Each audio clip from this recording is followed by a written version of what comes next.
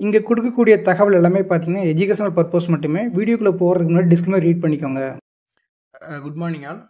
So நம்மளுடைய தாரக மந்திரம் ஃபஸ்ட் நான் சொல்லிடுறேன். வெள்ளிக்கிழமை மார்க்கெட் அப்படிங்கிறது கண்டிப்பாக ட்ரெண்டிங்காக இருக்கும். இன்கேஸ் வெள்ளிக்கிழமை மார்க்கெட் ட்ரெண்டிங்காக இல்லாமல் போயிடுச்சு அப்படின்னா திங்கக்கிழமை மார்க்கெட் ட்ரெண்டிங்காக இருக்கும். அதனால தான் நம்மளுடைய மெண்டல்ஸ் வரக்கூடிய எல்லாருமே நம்ம என்ன சொல்கிறோம் அப்படின்னு கேட்டிங்கன்னா, கிளாஸஸ் முடிஞ்ச வரைக்கும் ட்ரேட் பண்ணாதீங்க. ஒன்ஸ் கிளாஸஸ் முடிஞ்சதுக்கப்புறம் உங்களுடைய ஃபஸ்ட் டே ட்ரேட் அப்படிங்கிறது ஃப்ரைடே இல்லைனா மண்டே ஸ்டார்ட் ஆகட்டும். ஏன்னா கண்டிப்பாக மொமெண்டம் இருக்கும். மினிமம் 30 பாயிண்ட் கவர் ஆகும். ஸோ ஃபஸ்ட் டே ஒரு 30 பாயிண்ட் கேப்சர் பண்ணும்போது சைக்காலஜிக்கல் டெவலப் ஆகும் இல்லைங்களா? அதே போல் இந்த வெள்ளிக்கிழமை ட்ரேட் லாஸ் பண்ணிட்டீங்க அப்படின்னா சாட்டர்டே சண்டே உங்களை தூங்க விடாது. ஓகேங்களா? அதனால் இந்த வெள்ளிக்கிழமை மார்க்கெட்டில் வந்து நீங்கள் கொஞ்சம் கான்சென்ட்ரேட் பண்ணணும். எடுத்திருந்தா பை இந்த செல்லுங்கிற மாதிரி எடுக்காமல் கொஞ்சம் கான்சென்ட்ரேட் பண்ணணும். ஓகேங்களா? சரி, இப்போ மார்க்கெட்டோடைய 1 ஹவரோட structure trend, structure supply demand எங்கே இருக்குது, 5 மினிட்ஸோட ஸ்ட்ரக்சர் சப்ளை டிமாண்ட் எங்கே இருக்குங்கிறத பார்த்துட்டு அதுக்கப்புறம் மேக்ஸ் பேஸில் செல்லர்ஸோட பாயிண்ட் ஆஃப் வியூவில் எப்படி மார்க்கெட்டில் ப்ராபபிலிட்டியில் என்ட்ரி எடுக்கணுங்கிறத டிஸ்கஸ் பண்ணிடலாம். ஸோ ஃபர்ஸ்ட் ஆஃப் ஆல் பார்த்தீங்கன்னா மார்க்கெட் 1 ஹவர் ட்ரெண்ட் வந்து பார்த்தீங்கன்னா லோயர் ஹெட் லோ ஃபார்மேஷனில் தான் இருக்குது. ஸோ இதுதான் லாஸ்ட்டாக கிடச்ச ஹையர் ஹெட் லோ ஃபார்மேஷன். எல்லாத்துக்கும் தெரிஞ்ச ஒரு விஷயம் தான், கண்டினியூஸாக வீடியோ பார்க்குறவங்க. ஸோ ஃபஸ்ட் டைம் ஒரு லோ பிரேக் அவுட் பண்ணால் இதுக்கப்புறம் லோயர் லோ ஃபார்மேஷன் மாறினது. தென் கண்டினியூஸாக எனக்கு இப்போ லோயர் லோ ஃபார்மேஷனில் தான் போய்கிட்டு இருக்கு. இப்போ multiple break of structure in single direction அப்படிங்கிற ஒரு கண்டிஷனில் வந்து மார்க்கெட் நிற்கிது. ஓகேங்களா? அப்போது எவ்ரி பிரேக் ஆஃப் ஸ்ட்ரக்சரில் வந்து மார்க்கெட்டில் இருக்கக்கூடிய பையிங் ஆர்டர் எடுத்திருக்கோம். அப்போது பையிங் ஆர்டர் எடுத்துகிட்டு மார்க்கெட் ரிவர்சல் ஆகணும் அப்படின்னா மினிமம் ஒரு 5 மினிட்ஸ் ட்ரெண்டாக புல்லிஸாக மாறணும். அது இல்லாதனால தான் பார்த்தீங்கன்னா மார்க்கெட்டுக்கு பெரிய ரிவர்சலே ஆகாமல் சாலிடாக கீழே வந்துகிட்டே இருந்திருக்கான் ஜிக்ஸாக் மாதிரி. இப்போ இதுக்கான ஆர்டர் பிளாக்லாம் எங்கெல்லாம் இருக்குது அப்படின்னு கேட்டிங்கன்னா, இந்த லாஸ்ட் கிடச்ச பேரிஸ் பிரேக் ஆஃப் ஸ்ட்ரக்சருக்கு ஆர்டர் பிளாக் கிடையாது. இது ஜஸ்ட் ஒரு பிஎஸ்எல் செல்லிங் ஆர்டர்ஸ் மட்டும்தான் இருக்குது. ரெண்டாவது, இந்த 24,950 அரௌண்ட் நம்பரில் ஒரு ஆர்டர் பிளாக் இருக்குது. அதுக்கப்புறம் இந்த பிளேஸஸில் இருக்கக்கூடிய லாங் பாடிக்குன்னு ரொம்ப ரொம்ப ஸ்ட்ராங் 25,200. ஓகேங்களா? ஸோ அப்போ 1 ஹவரோட ஸ்ட்ரக்சர்ஸ் என்னங்கிறத பார்த்தாச்சு, எங்கெல்லாம் ஆர்டர் பிளாக் இருக்குங்கிறத நான் மென்ஷன் பண்ணி சொல்லிட்டேன். ஓகேங்களா? ஓகே, இப்போது இன்னொரு மெயின் விஷயம் என்ன அப்படின்னு கேட்டிங்கன்னா 5 minutes trend. So 5 minutes trend பார்த்தீங்கன்னா ஸ்டில் மார்க்கெட் ட்ரெண்ட் வந்து லோயர் லோ லோயர் ஹை ஃபார்மேஷனில் தான் இருக்குது. இது லாஸ்ட்டாக கிடச்ச ஒரு நியூ ஹை பிரேக் அவுட். அப்போது இந்த ஹை பிரேக் அவுட் அப்படிங்கிறது டவுன் ட்ரெண்ட் பேரிஸாக இருக்கு இப்போ மார்க்கெட் இருக்கும்போது ஃபஸ்ட் டைம் ஹை பிரேக் அவுட்டுங்கிறது இங்கே இருக்கக்கூடிய செல்லிங் ஆர்டர் எடுக்கிறதுக்கான சான்சஸ் தான். ஓகேங்களா? ஸோ அதான் எடுத்து முடிச்சிருக்கான். பட் என்ன ஒரு விஷயம் அப்படின்னு கேட்டிங்கன்னா, இந்த செல்லிங் ஆர்டர் எடுத்ததுக்கப்புறம் இங்கே எந்த விதமான ஆர்டர் பிளாக் ஜோனுமே மார்க்கெட்டில் கிடையாதுங்க. ஸோ மினிமம் எனக்கு அவன் ஏதாவது ஆர்டர் பிளாக் டேப் பண்ண கூட இந்த 950 இடத்துக்கு தான் வரணும். அன்டில் எந்த விதமான ஆர்டர் பிளாக்கும் மார்க்கெட்டில் கிடையாது. இந்த ஒரு விஷயத்தை ஃபஸ்ட்டு புரிஞ்சுக்கணும் நம்ம. அப்போது இன்றைக்கும் மார்க்கெட் ஃபர்தர் அப்போ கால் சைடு இந்த ஆர்டர் பிளாக் எடுக்கிறதுக்காக போகிறான், செல்லிங் ஆர்டர் எடுக்கிறதுக்காக போகிறான் அப்படின்னா as per sellers view call செல்லர்ஸ்லாம் பேனிக் ஆகணுங்க. கால் செல்லர்ஸ் பேனிக் ஆகினாங்கன்னா இந்த ஆர்டர் எடுக்க போகிறதுக்கான வாய்ப்பாக மார்க்கெட் மாறும். இன்கேஸ் கால் செல்லர்ஸ் பேனிக் ஆகலைன்னா இந்த ஆர்டர் எடுக்காது. அப்போ என்ன ஆகும், இந்த 2 லெவல்ஸுக்கு பிலோ வரும்போது புட் செல்லர்ஸோட ப்ராஃபிட் புக்கிங் அப்படிங்கிறது ஸ்டார்ட் ஆகும். லாஜிக் புரியுதுங்களா? ஸோ புட் செல்லர்ஸோட ப்ராஃபிட் புக்கிங் அப்படிங்கிறது ஸ்டார்ட் ஆச்சு அப்படின்னா திரும்ப மார்க்கெட்டுங்கிறது இந்த 500 அரௌண்டு தான் வர வேண்டியிருக்கும், இந்த 100 பாயிண்ட் ரேஞ்சஸ். அப்போ மேலே அப்படின்னு பார்த்தீங்கன்னா மார்க்கெட் அப்படிங்கிறது இந்த ப்ரீவியஸோட ஹை 780 வரைக்கும் போகிறதுக்கான வாய்ப்பாக இருக்கும். கீழே வந்துச்சுன்னா இந்த 500 வரைக்கும் போகிறதுக்கான வாய்ப்பாக இருக்கும். மேலே வந்த கால் பேனிக்கு கீழே வந்தால் புட்டோட ப்ராஃபிட் புக்கிங். லாஜிக் புரியுதுங்களா? இப்போ அப்படி சார்ட்டில் பார்க்கலாம். இன்றைக்கி வந்து பார்த்தீங்கன்னா வாரத்தோட முதல் நாள், அதாவது ஒரு நியூ எக்ஸ்பீரியோட ஃபர்ஸ்ட் டே ட்ரேடிங் நடக்கிறதுக்கான வாய்ப்பாக இருக்குல்ல. அதனால் கண்டிப்பாக பொசிஷன்லாம் எடுக்க தான் செய்வாங்க. அதனால் மேபி சில கன்ஃபியூஷன் இருக்க தான் செய்யும் மார்க்கெட்டில். ஸோ என்ன கன்ஃபியூஷன் இருந்தால் என்ன, கால் பேனிக் ஆகணும் அப்படின்னா 24,600 இருக்கக்கூடிய புட் செல்லர்ஸ் ஸ்னைப்பர் பாயிண்ட்டுக்கு பிலோ போகணும். ஸோ அப்படி போகும்போது இவங்க ஆல்ரெடி 123 அப்படிங்கிறது ஹை பாயிண்டாக இருக்குது. ஸோ அதுக்கு மேலே சஸ்டெயின் பண்ணும்போது கிட்டத்தட்ட ஒரு 144லாம் சஸ்டெயின் பண்ணிட்டான், இல்லை புல் பேக் கொடுத்து போகிறான். இதெல்லாம் புல் பேக் பார்த்திங்கன்னா நல்ல ஒரு ட்ரேடாக இருக்கும். ஓப்பனிங்கில் மொமெண்டம் மாதம் விட்டுருங்க, புல் பேக் கொடுத்தா நல்ல ஒரு ட்ரேடிங் ஆப்பர்ச்சுனிட்டியாக இருக்கும். ஸோ அதில் என்ட்ரி எடுத்திங்கன்னா நல்ல ஒரு சாலிடான ப்ராஃபிட்டாக கிடைக்கும். எப்போது ஸ்பாட் வந்து 24,600 அபோவ் இருக்கும்போது, புட் செல்லர் ஸ்னைப்பர் பிலோ இருக்கும்போது இங்கே 144 காம்போ. அதே போல் 24,600 பிலோ இருக்கும்போது கால் ஆப்ஷன் பிரீமியம் க்ளோஸுக்கு பிலோ இருக்கும்போது ஆப்போனண்ட் அப்படிங்கிறவன் 100 அபோவ் அப்படிங்கிற இருந்தானா கண்டிப்பாக பார்த்தீங்கன்னா ஒரு நல்ல மூமெண்டம் இருக்கும் அன்டில் 120 144 2 லெவல்ஸுக்கு. ஓகேங்களா? ஸோ இதெல்லாம் ஃபோக்கஸ் பண்ணி நீங்கள் ட்ரேடிங் அப்படிங்கிறத நீங்கள் எடுக்கணும்.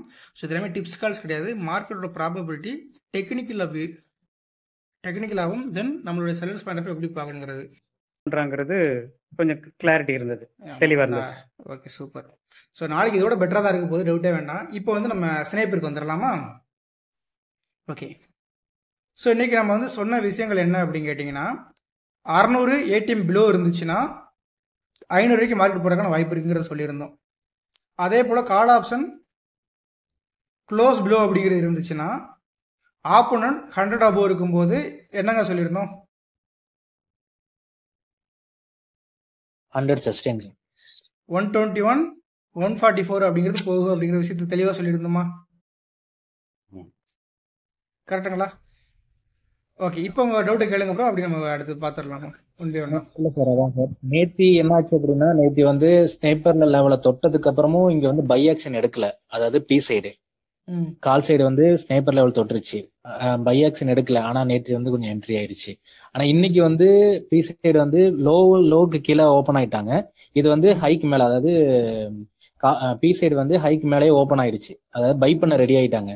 அது வந்து கொஞ்சம் சைக்காலஜில கொஞ்சம் டிஸ்டர்ப் ஆயிடுச்சு சார். அதுதான் அது வந்து க்ளோஸ் வேல்யூ தான்.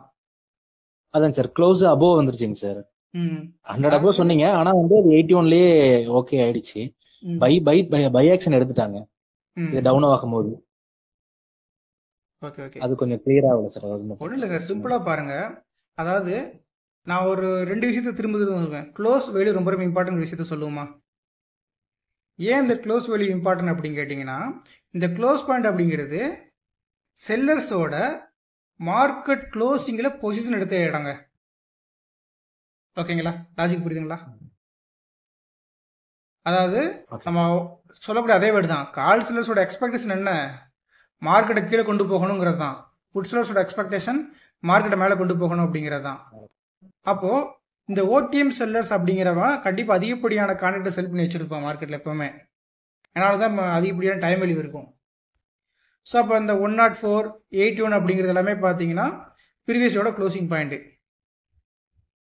அதே போல் ஏடிஎம் செல்லர்ஸ் அப்படிங்கிறவன் பார்த்தீங்கன்னா அதுக்கடுத்து ஓடிஎம் செல்லர்ஸ் ஆகிறதுக்கு வாய்ப்பு இருக்கக்கூடிய ஸ்ட்ரைக் ப்ரைசஸ். எப்போவுமே ஒரு சின்ன கோடு இங்கிட்ட வந்தால் ஏடிஎம், இங்கிட்ட வந்தால் ஓடிஎம்ங்கிறது தான் இந்த ஏடிஎம்மோட வேலை.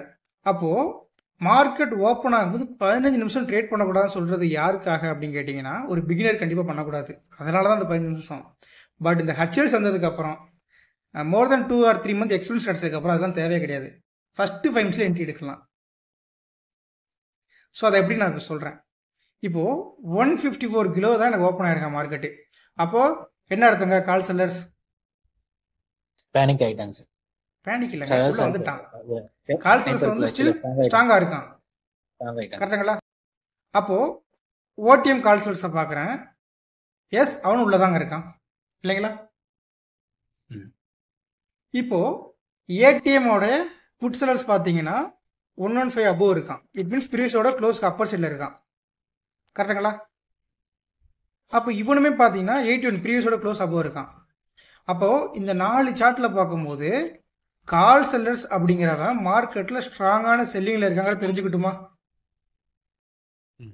ஏன்னா ப்ரீவியஸோட செல் பாயிண்ட் கீழே தான் மார்க்கெட்டை வச்சுருக்கான். அப்போது கால் செல்லர்ஸோட எக்ஸ்பெக்டேஷன் என்ன? மார்க்கெட்டை கீழே கொண்டு போகணுங்கிற எக்ஸ்பெக்டேஷன். புட் செல்லர்ஸோட எக்ஸ்பெக்டேஷன் மார்க்கெட் மேலே போகிறது ஆல்ரெடி சொல்லிட்டோம். இப்போது ஸ்பாட் எங்கே இருந்துச்சு?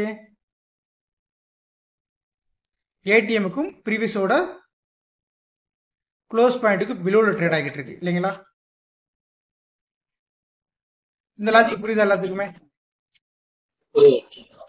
அப்போது செல்லர்ஸ் அப்படிங்கிறவன் டெசிஷன் எடுக்கக்கூடிய இடம் தான் என்னங்க மார்க்கெட்டில்? இந்த ஸ்னைப்பர் பாயிண்ட் இல்லையா? இந்த லாஜிக் புரியுதா? இது டவுட் இல்லாமல் இருக்கா? அப்போது இந்த க்ளோஸுக்கும் ஸ்னைப்பருக்குமான டிஸ்டன்ஸ் அதிகமாக இருக்கும்போது கண்டிப்பாக என்ன பண்ணுவான்? இந்த இடத்துல வந்து தான் டெசிஷன் அப்படிங்கிறது எடுப்பான். ஸோ இந்த ஃபஸ்ட்டு 15 மினிட்ஸே எனக்கு வந்து கால்ஸில் ஸ்ட்ராங்காக இருக்காங்கிறத காட்டிட்டான். அதை வந்து எனக்கு சைக்காலஜிக்கலாக ஸ்பாட்டுமே அக்செப்ட் பண்ணிட்டான். க்ளோஸ் பிலோ தான் இருக்கான். அப்போ டெஃபினட்டாகவே மார்க்கெட் இந்த 50 மினிட்ஸ் எல்லாம் வெயிட் பண்ண தேவையில்லை. எப்போ இந்த ஸ்னைப்பர் பாயிண்ட்டுக்கு மேலே ஓடிஎம் செல்லர்ஸ் போகிறானோ அப்போவே எனக்கு என்ட்ரி தாங்க. லாஜிக் புரியுதா சார்? 1 minute sir. சார் யாரும் மைக்கு மியூட் போடல, ஒரே சவுண்டா இருக்கு. டவுட் கேட்டவங்களா தான் இருக்கும்னு நினைக்கிறேன். ஆமாம் சார். ஓகே சாரி சார் போட்டேன். ஓகே. ஸோ இந்த லாஜிக்கில் தான் அது என்ட்ரி முடிஞ்சு போச்சு. 144ங்கிற டார்கெட் முடிஞ்சு போச்சு சிம்பிளாகவே. ஸோ அதுக்கப்புறம் பார்த்தீங்கன்னா ஸ்னேப்பர் பாயிண்ட்டு பிலோவில் போயிட்டு ஏபிசி நம்மளுக்கு கிடச்சிருச்சுங்க. அப்போ இந்த ஏபிசி கிடைக்குமே நம்மளுக்கு தெரிஞ்சிருச்சு கண்டிப்பாக அடுத்த டார்கெட் போக போகிறான்னு. ஆனால் நான் எப்பவுமே என்ன சொல்லுவேன் பார்த்தீங்கன்னா 9:30 நீங்கள் ஸ்டார்ட் பண்ணிட்டீங்கன்னா 11 o'clock ஃபஸ்ட் டேட்டாக முடிச்சிருங்க, வேண்டாம் உள்ளே போகாதீங்கன்னு சொல்லிடுவேன். ஏன்னா மேக்ஸிமம் டே வந்து 11 to 12 அப்படிங்கிறது லிக்விடிட்டி கெய்னிங்காக இருக்கும். ரீட்டெயிலர்ஸ் எல்லாம் உள்ளே வருவாங்க. அப்போ தான் ஃப்ரெஷ்ஷாக ஜாப்பில் 9 to 6 ஜாப்பில் உள்ளவங்களாம் காலைல வந்து அரைக்க பிறகு லெவலையும் முடிச்சுட்டு ட்ரேட் பண்ணாலும் உள்ளே வருவாங்க. ஆனால் இன்ஸ்டியூஸ் வந்து என்ன பண்ணுவோம் அப்படின்னா அவங்க பண்ணக்கூடிய எல்லா விதமான பைசல்லையும் வேடிக்கை பார்த்துக்கிட்டு இருப்பான். அதனால தான் மேக்ஸிமம் இந்த 11 to 12 நம்ம ட்ரேட் பண்ணக்கூடாது சொல்கிறதுக்கான காரணம். அங்கே தான் பார்த்தீங்கன்னா அதிகமாக ரீட்டெயிலர்ஸோட ட்ரேடிங் நடக்கும் மேக்ஸிமம் எல்லா நாள்லயும். Sorry to interrupt you sir. சொல்லுங்க. ஆனா எல்லா நாள்லயுமே சினாரி அப்படி இருக்கிறது இல்லையே. சில நாள் அதான் நான் 11:30 சொல்றேன் மேக்ஸிமம் டேஸ்னு ஒரு வேர்டு சொன்னேன்ல. Okay okay okay. நம்ம எல்லாமே இன்னொன்னு கிடைக்கும் நீங்க கரெக்டாக ஒரு 10:45 ஒரு ட்ரேட் கிடச்சி 12 மணி வரைக்கும் அது மும்மட்டமாலாம் இருக்க தான் செய்யும். அதுக்கெல்லாம் Agree. நம்மளோட கான்செப்ட் உள்ள வரும், சம் Agree. என்ட்ரி டைப்ஸ் எல்லாம் வரும். ஓகே. இந்த இன்னொன்னு சொன்னீங்க, இன்னைக்கு சினாரியோல பாத்தீங்கன்னா ஃபர்ஸ்ட் 5 மினிட்ல எடுத்துடலாம். ஆனா நேத்து சினாரியோல அது பண்ண முடியாது இல்லையா? ஆமாம். ஓகே. எஸ். ஸோ இதில் வந்து சினாரியோ பாருங்கள். அதே போல் கால் ஆப்ஷன் என்ன பண்ணிட்டான், க்ளோஸ் பிலோ ஓப்பன் ஆயிட்டானா இல்லைங்களா? ஓகே. புட் ஆப்ஷன் என்ன பண்ணியிருக்கான், வித்தின் 15 மினிட்ஸில் க்ளோஸ் பிலோ வந்தாச்சு. ஓகே. லாஜிக் தெரியுதுங்களா? ம். ஸோ அப்போ இன்னைக்கு இதில் வந்து ஓப்பனிங்லேயே வந்து புட் செல்ஸ்லாம் என்ன பண்ணுறான், பை பண்ணுறதுக்கு ரெடி ஆகிக்கிட்டு இருக்கான். ஈவன் ஓடிஎம் ஏடிஎம் ரெண்டுமே. ஆனால் நேற்று சின்ன அப்படி நடந்துச்சா? நேத்து டிஃபரெண்ட் இல்லை. அது இல்லாமல் இன்னைக்கு கிடைச்ச ட்ரேடிங் ஆப்பர்ச்சுனிட்டி என்னங்க,